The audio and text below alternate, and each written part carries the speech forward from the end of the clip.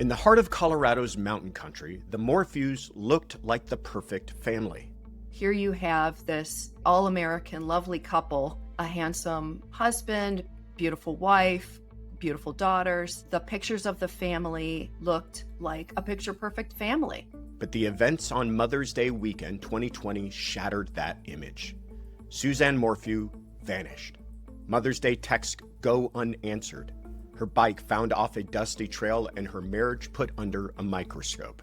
So there's a helmet, there's her bicycle. Where's Suzanne?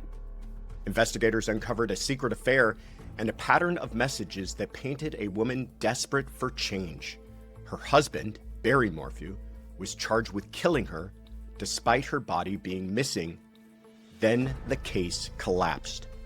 Years after her disappearance, Suzanne's remains were discovered in the wilderness, leading to Barry's second arrest and a theory of murder that prosecutors say they can prove.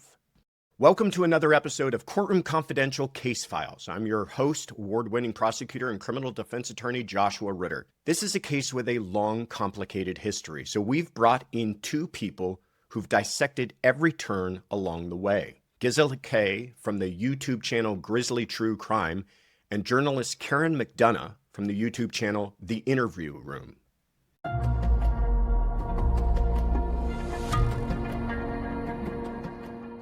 Barry and Suzanne Morphew's story begins in Alexandria, Indiana, a community surrounded by farmland about an hour northeast of Indianapolis. Suzanne grew up on a local golf course. It was there, during summers home from college, that Barry worked and where their love story began. Barry was a high school baseball star whose talent carried him all the way to being drafted by the Toronto Blue Jays. Suzanne, the youngest in her family, was well-liked and well-known in the community. With their lives already intertwined since high school, it wasn't long before their relationship blossomed. They started dating actually when they were in college. When Suzanne started dating Barry, Suzanne was going through the first round of cancer that she suffered. She had lymphoma, and the chemotherapy left her just sick, really seriously sick. Her sister tells the story that Suzanne was living with her mom. Suzanne's parents were divorced, and Barry would come over to the house and kind of help out, and he would carry her. He would pick Suzanne up and physically carry her around her house because she was so sick. So at the beginning, in the eyes of her family, Barry was a hero. They married young, raised two daughters, and eventually moved to Salida, Colorado for what looked like a new chapter. But even before Suzanne disappeared, there were questions about the marriage and what was happening inside their home. I think to understand Barry and Suzanne's relationship, you really do have to go back to the beginning of it. I think there was control, possession, and jealousy for quite a while that had been brewing. And over the course of their 25-year marriage, those early issues didn't disappear. They shaped the choices Suzanne made through the last years of her life, including starting a relationship outside the marriage. So we know in 2018, Suzanne had started an affair with Jeff Libler. This is a guy who she briefly had a fling with back in high school years ago. So even before the couple moved, she had already been in communication and was starting a secret relationship. You have to assume that the marriage was starting to crumble and to have some serious cracks. So in 2018, Barry and Suzanne moved to Colorado. Their oldest daughter was attending college out there. But talking with Suzanne's family, she at first was reluctant to move. Her whole family and her whole support center was in Indiana. That's where she was born and raised. That's where they raised their kids. And the move to Colorado, I think she knew, according to her friends and her family, was going to isolate her. After the move to Colorado, Suzanne worked to rebuild a sense of normalcy. She embraced mountain biking and the outdoor lifestyle, but privately, her relationship with Barry was deteriorating. She stayed in contact with Jeff Libler and regularly communicated with her close friend Sheila Oliver. Her private conversations revealed just how unhappy she had been for a long time. And it's these conversations that loom in the background as we turn to the weekend Suzanne disappeared. What's so sad about that weekend is it was Mother's Day weekend. So the Sunday would have been May 10th of 2020. Her daughters were away camping. So it was actually just Barry and Suzanne at the home over that weekend. On that Saturday, we know that Suzanne was home alone and she was texting her lover, Jeff. In fact, the last text and the last photo that showed that she was alive, she had sent a selfie photo to Jeff. Early in the morning on Mother's Day, Barry Morphew leaves the family home. He tells investigators he's headed to a job site roughly 150 miles away in Broomfield. Suzanne stays behind. Barry claims that he woke up that morning, Suzanne was a lump in the bed. That's how he phrased it, a lump in the bed, and snoring as if she had been tranquilized. Later that morning, the girls text their mother wishing her a happy Mother's Day. There's no response. This was out of character for Suzanne, and their daughters began to worry. Mallory, their oldest daughter, reaches out to her father and tells him she can't get in touch with Suzanne. Barry, though, being the husband, he phones a neighbor and says, can you just go check? Can you go check on the house? Because I haven't heard from my wife. My daughters are not, getting from since this morning. My daughters can't get hold of her. So just go check if she's there and if her bicycle's there. And when the neighbor goes there, says, I don't see her or her bicycle. No one's answering the door. And that's when the concern ramps up. That's when a search for her begins. That's when she's then reported missing and the investigation begins. But instead of immediately turning around and heading back, Barry makes another stop. He goes to a hotel in Broomfield, a hotel he had booked for himself and his crew. He was seen bringing a lot of equipment into the hotel room. Authorities believe that he was at some point cleaning the equipment using like large amounts of bleach. The cleaning staff reported that the hotel room had smelled of bleach. And the statements by Barry's coworkers made it seem that it would have been highly unusual for him to do all this, especially on a Sunday morning, especially on a Mother's Day morning. And so they went and looked at that a little harder. Barry was seen discarding things in several different dumpsters around that area in Broomfield. As deputies begin searching the area around the Morphew home, a major discovery is made. Suzanne Morphew's mountain bike is found on the side of a small embankment off the side of a road not far from the house. There's no sign of Suzanne nearby. No blood, no torn clothing, no clear evidence of a struggle. If Suzanne had gone for a bike ride, where was she? And how did the bike end up there? Attention then turns to Barry Morphew's reaction to the discovery. That very evening, Barry's, coming back from his work site. And the first thing he says is, Where is it? Where's the bike? Oh, it's right there. Where was it? It was like just right down here in this little embankment right here. Was it a crash? I mean, the bike looked, the way it was laying, it kind of looked like it, but there's not really that much damage to the bike. That's the thing. Lion? Yeah, it was just like Was lying. there no lion? Mountain lion? I didn't see anything that would I didn't see indicate. anything. and the bike was found oddly. Its handlebars were twisted and it just seemed staged. And then later, they also found her helmet. And that was also to that side. And I actually think it was closer to the home. So that was Suzanne's helmet with a paper inside with the family's contact numbers in.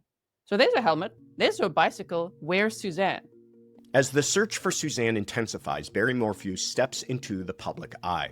He releases a video on social media speaking directly to whoever may have Suzanne.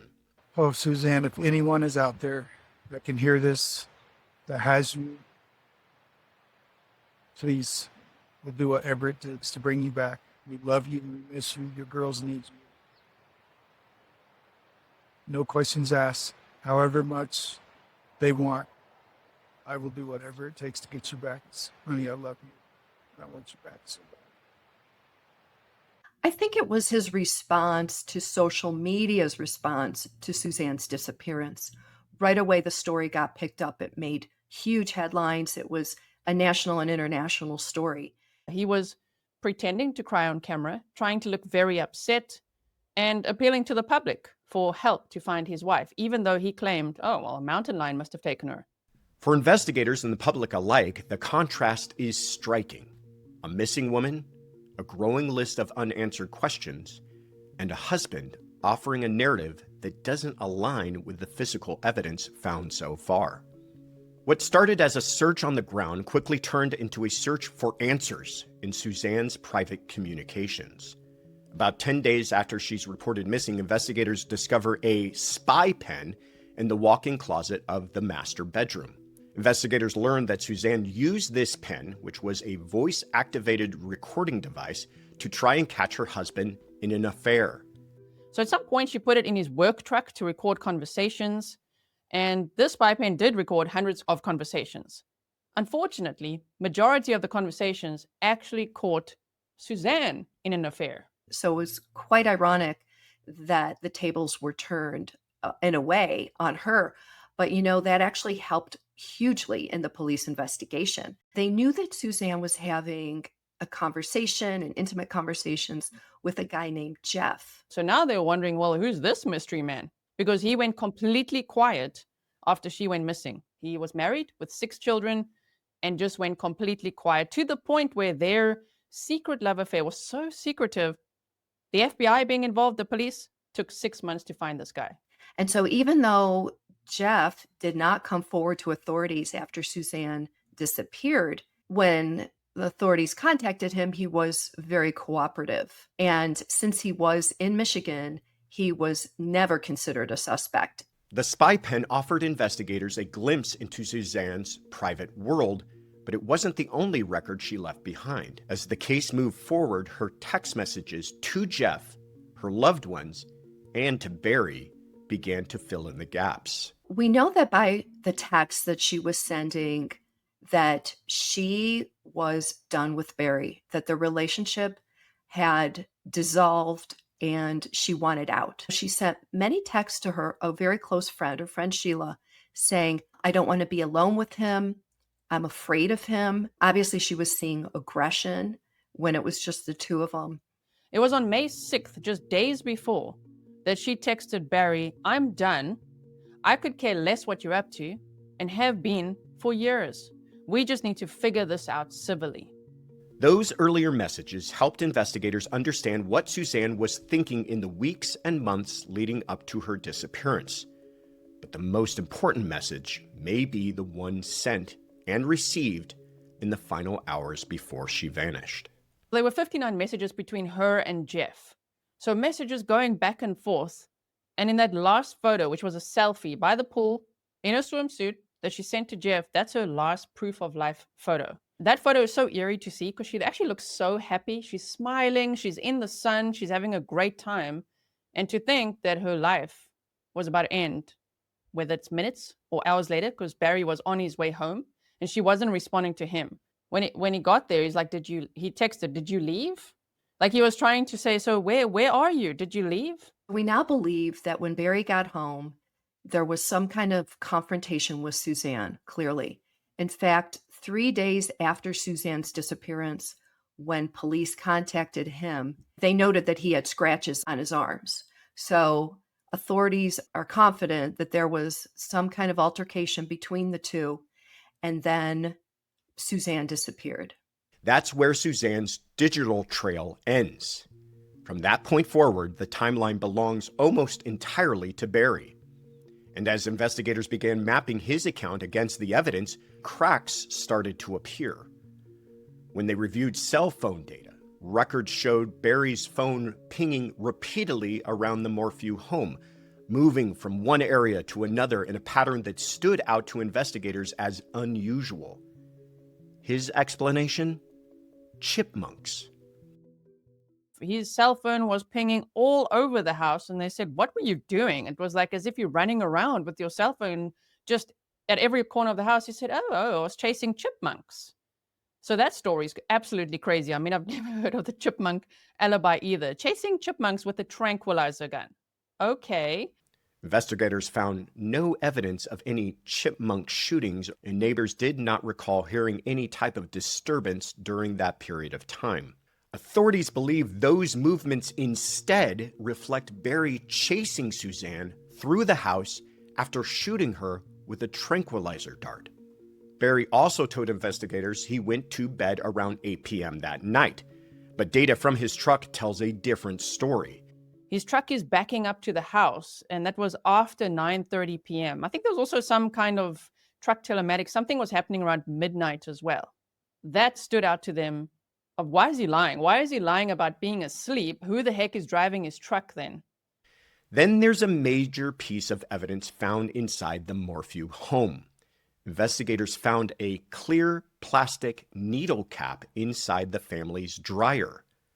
They allege that when Barry returned home that afternoon, he went into the garage, removed the cap from a syringe, loaded a tranquilizer dart with a chemical, and used it on Suzanne.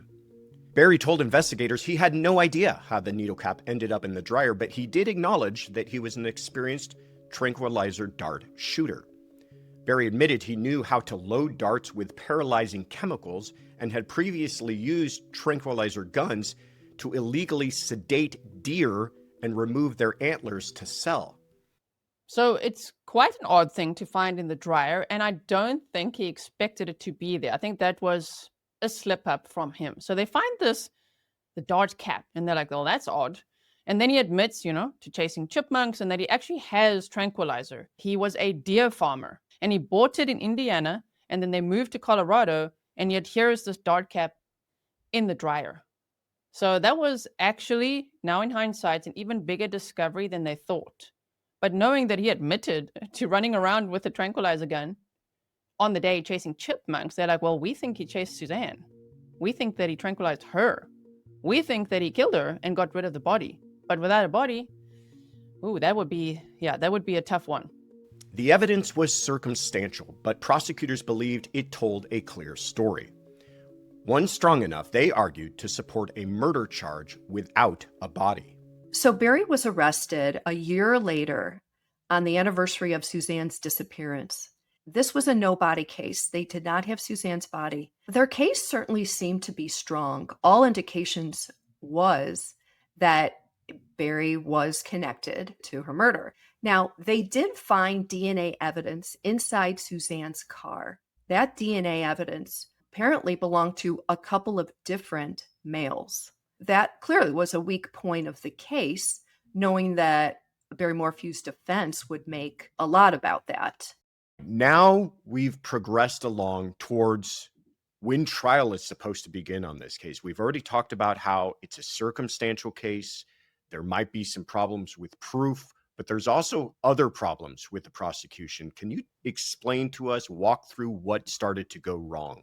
Yeah, they were getting ready for trial, and they were such massive problems that I think it shocked the entire community worldwide following this case. Firstly, investigators discovered some mysterious DNA in Suzanne's vehicle, and this eventually turned out to be a partial match to a sex offender. Oh, the defense had a lot to work with there. So already there, the prosecution's case fell apart, and it did them no favors that the prosecution weren't meeting deadlines, and they were starting to annoy the judge, to the point where they had tried to hide this exculpatory evidence.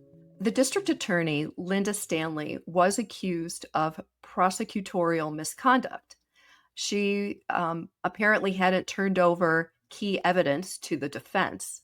And as a result, the prosecution was not going to be able to put on some of their expert witnesses in the case. So the prosecution was forced to dismiss the case against Barry Morphew without prejudice, meaning they could bring charges against him at a later date.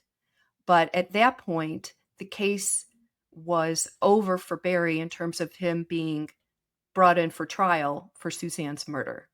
What was the public reaction?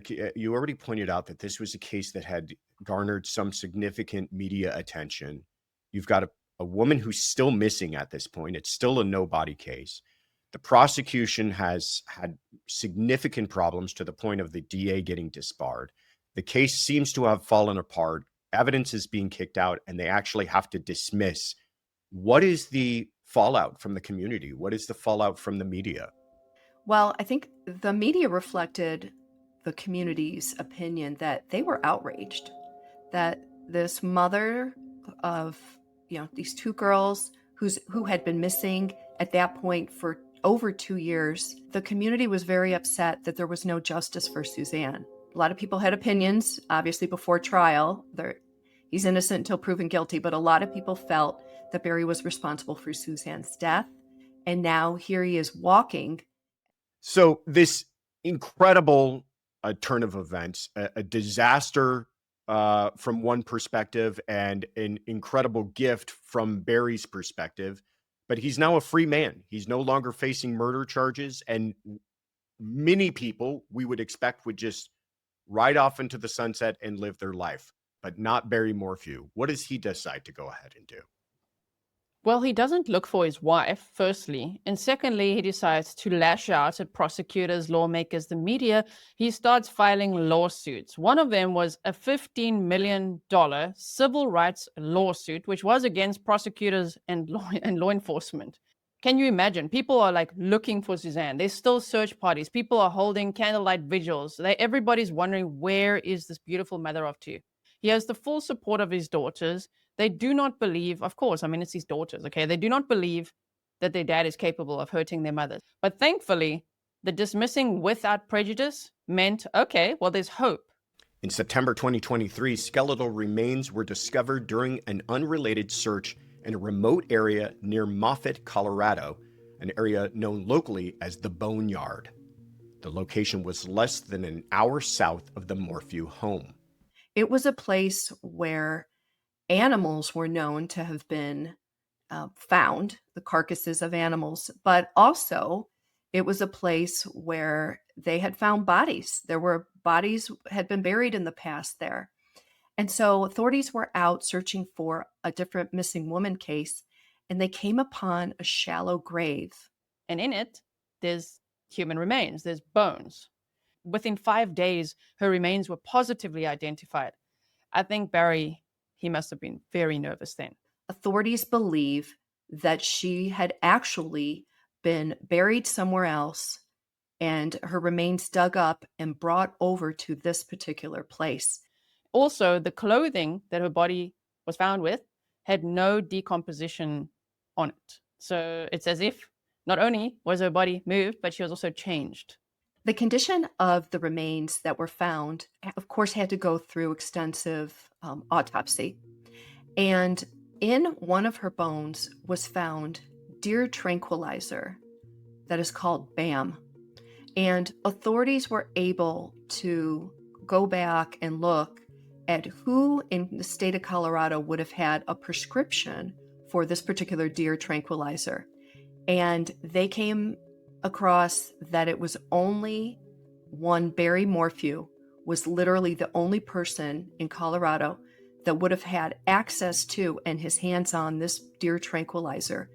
And that was the smoking gun in this case. Police make this incredible discovery. They're able to determine not only that is Suzanne's remains, but then through this toxicology and forensics, able to discover how they believe she now met her end.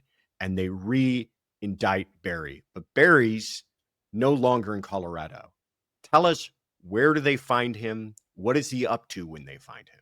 They find Barry in Arizona, and he's keeping a low profile. Properties are not in his name. Business is not in his name. And in fact, he's not even using his own name anymore. And when people see him, like women see him at bars, because I think he's quite a flirty guy, people notice him and they're like, "Are you Barry?" He says, "No, you're mistaken. I'm not Barry. Who's Barry?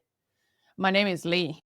And when authorities went to arrest him, he gave them an alias, the name Lee Moore. And I can totally understand how he was in the spotlight and he might want to live a quiet life.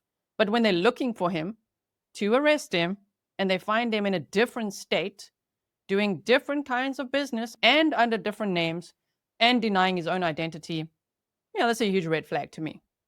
He's placed under a pretty significant bail, but then his attorneys managed to get some of the terms of that changed. Can you explain that to us?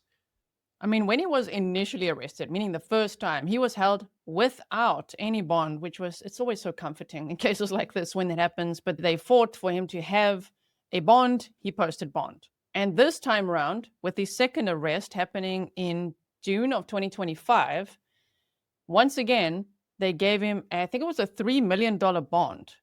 And in fact, when the judge in this case lowered his $3 million bond and he needed $300,000, his supporters raised that $300,000 online, and he was able to bail out of jail, which is quite unheard of for a murder suspect. This is very dangerous because he's a very smart guy, very hard worker, very calculated, and I worry, could he be a flight risk?